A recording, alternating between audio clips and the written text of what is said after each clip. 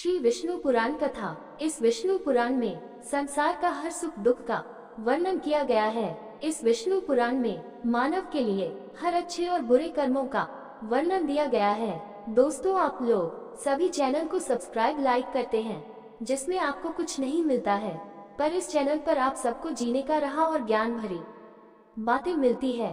तो आपसे निवेदन है कि हमारे चैनल को आप सब सपोर्ट करें और हौसला दें कि हम आप लोगों के लिए अच्छा ज्ञान, अच्छी बातें और अच्छी राह पर चलने के लिए अच्छा ज्ञान आप सब के लिए पहुंचाता रहूं।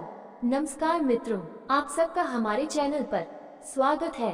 दोस्तों, इस चैनल पर सारे वेदों का ज्ञान आप सबको मिलेगा। विष्णु पुराण अध्याय 6 श्लोक 6। मुक्ति प्राप्ति का साधन खांडक्य तथा केशध्वज का उपाख्यान पहला दूसरे को निर्देश देता है कि गाय की मृत्यु की अनुमति देने का प्रायश्चित कैसे किया जाए। केशध्वज ने उसे बदला देने की पेशकश की और वह आध्यात्मिक ज्ञान में शिक्षा पाने की इच्छा रखता है। वह पुरुषोत्तम, पवित्र, अध्ययन और धार्मिक ध्यान से भी जाने जाते हैं और या तो उसकी प्राप्ति के कारण के रूप में ब्रह्म का हकदार है। मनुष्य अध्ययन से ध्यान की ओर बढ़े और ध्यान से अध्ययन की ओर बढ़े, दोनों में पूर्णता से परमात्मा प्रकट हो जाती है। अध्ययन एक आंख है जिससे उसे देखा जा सकता है और ध्यान दूसरी आंख है जो ब्रह्म के साथ एक है, वह मांस की आंख से नहीं देखता है। मैत्रेय, आदरणीय शिक्षक, मैं ये जानने का इच्छुक हूँ कि ध्यान योग शब्द का क्या अर्थ है, जिसे समझकर मैं सर्वोच्च सत्ता ब्रह्मांड के धारक को देख सकता हूँ। पराशर, मैत्रेय, मैं आपको वही स्पष्टीकरण दोहराऊंगा जो केशध्वज ने पहले उदार खांडक्य को दिया था, जिन्हें जनक भी कहा जाता है। मैत्रेय, पहले मुझे बताओ, ब्राह्मण खांडक्य कौन था और केशध्वज कौन था, और ऐसा कैसे हुआ कि उनके बीच योगाभ्यास से संबंधित बातचीत हुई। पाराशर, धर्मध्वज नाम के जनक थे, जिनके 2 पुत्र थे, अमितध्वज और कृतध्वज, और बाद वाला एक ऐसा राजा था जो सदैव अस्तित्व में रहने की इच्छा रखता था। उसका पुत्र प्रसिद्ध केशध्वज था। अमितध्वज के पुत्र जनक थे, जिन्हें खांडक्य कहा जाता था। खांडक्य कर्मठ थे और धार्मिक अनुष्ठानों के लिए पृथ्वी पर प्रसिद्ध थे। दूसरी ओर केशध्वज आध्यात्मिक ज्ञान से संपन्न थे। ये दोनों शत्रुता में लगे हुए थे और खांडक्य को केशध्वज ने अपनी रियासत से निकाल दिया था।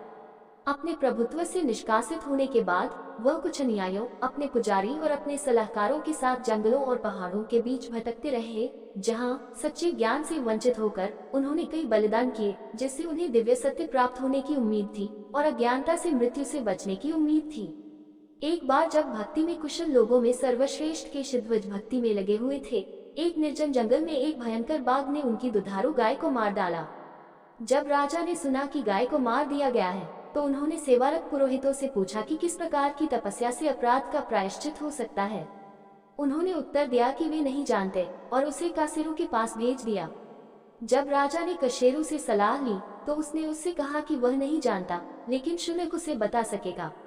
तदनुसार राजा शुनक के पास गए, लेकिन उसने उत्तर दिया, हे महान राजा, मैं आपके प्रश्न का उत्तर देने में कशेरू की तरह असमर्थ हूँ और अब पृथ्वी पर कोई भी नहीं है जो आपको आपके शत्रु खांडक्य के अलावा जानकारी दे सके जिसे आपने जीत लिया है।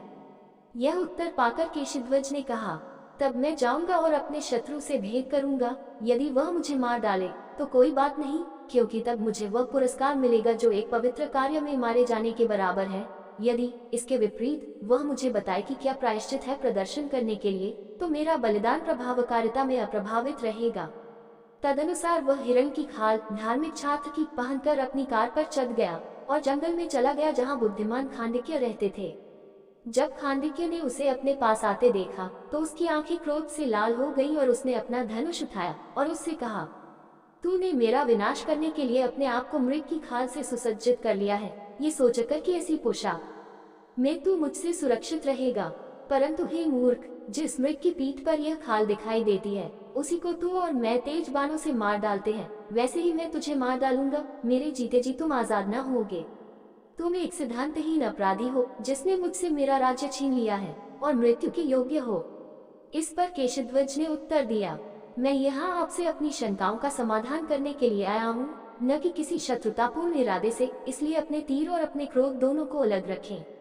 इस प्रकार कहे जाने पर खांडक्य अपने सलाहकारों और अपने पुजारी के साथ कुछ देर के लिए सेवानिवृत्त हुए और उनसे परामर्श किया कि क्या रास्ता अपनाना है।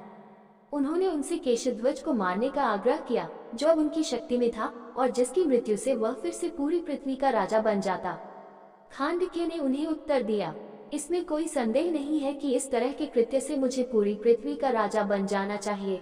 हालांकि वह आने वाली दुनिया को जीत लेगा, जबकि पृथ्वी मेरी होगी।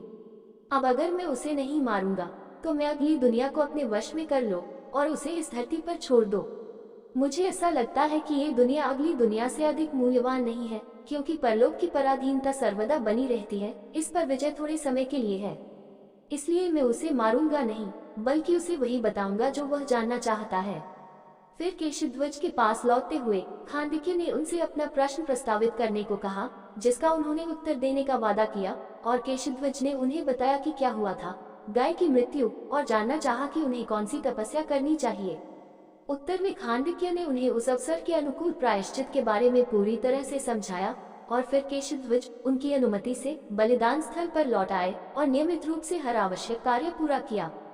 समारोह को पूरा करने के बाद इसके पूरक अनुष्ठानों के साथ केशध्वज ने अपने सभी उद्देश्य पूरे किए, लेकिन फिर उन्होंने इस प्रकार प्रतिबिंबित किया, जिन पुजारियों को मैंने उपस्थित होने के लिए आमंत्रित किया था उन सभी को उचित रूप से सम्मानित किया गया है। जिन लोगों ने कोई अनुरोध किया था उन्हें उनकी इच्छाओं के अनुपालन से संतुष्ट किया गया है। इस संसार के लिए जो कुछ भी उचित है वह सब मेरे द्वारा पूरा किया गया है। फिर मेरे मन को ऐसा क्यों महसूस होना चाहिए कि मेरा कर्तव्य पूरा नहीं हुआ है?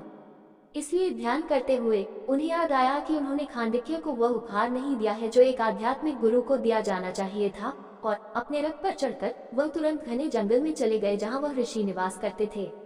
खांडक्य ने उसके पुनः प्रकट होने पर उसे मारने के लिए अपने हथियार उठा लिए, लेकिन केशध्वज ने कहा, धैर्य रखें आदरणीय ऋषि, मैं यहाँ आपको चोट पहुँचाने के लिए नहीं आया हूँ। खांडक्य, अपना क्रोध दूर करो और जान लो कि मैं तुम्हें वह पारिश्रमिक देने आया हूँ जो मेरे प्रशिक्षक के रूप में तुम्हें दिया है। आपके पाठ के माध्यम से मैंने अपना बलिदान पूरी तरह से पूरा कर लिया है, और इसलिए मैं आपको एक उपहार देने का इच्छुक हूँ। मान करो कि यह क्या होगा। खांडक्य ने एक बार फिर अपने सलाहकारों के साथ बातचीत की, उन्हें अपने प्रतिद्वंद्वी की यात्रा का उद्देश्य बताया और उनसे पूछा कि उन्हें क्या मानना चाहिए। उसके दोस्तों ने उसे सलाह दी कि वह अपना पूरा राज्य फिर से वापस ले ले, क्योंकि राज्य विवेकशील व्यक्तियों को बिना किसी परस्पर विरोधी सेना के प्राप्त होता है। चिंतनशील राजा खांडक्य हंसे और उन्हें उत्तर दिया, मुझ जैसे व्यक्ति को अस्थायी सांसारिक राज्य की इच्छा क्यों होनी चाहिए?